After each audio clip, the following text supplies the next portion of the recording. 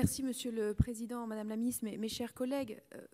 Madame la Ministre, vous parliez d'union nationale et de faire en sorte que tout le monde puisse avoir le sentiment d'être dans le même bateau pour lutter contre cette épidémie. Mais cela dit, et on le voit aujourd'hui dans de nombreux endroits, dans de nombreux secteurs, il y a au contraire, et il faut lutter contre cela, un fort sentiment d'injustice. Entre, d'un côté, ceux qui sont obligés d'aller travailler dans des conditions parfois difficiles, ne se sentant pas suffisamment protégés.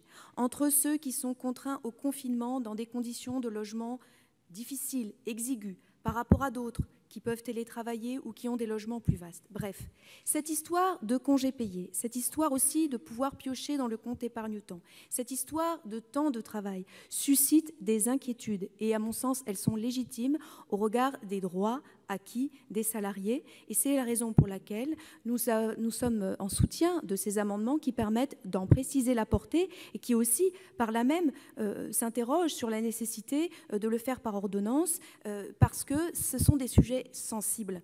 Et nous sommes aujourd'hui dans un moment, et vous le savez, où bon nombre de salariés font état d'inquiétudes graves quant à leurs conditions de travail, de télétravail, de confinement, etc., etc., et qu'il y a un sentiment d'injustice sociale par rapport aux conditions générales dans notre vie, aux situations qui sont faites aux uns ou aux autres. Donc moi, j'attire l'attention du gouvernement là-dessus, parce que je pense qu'au regard de cela, nous devons être très attentifs.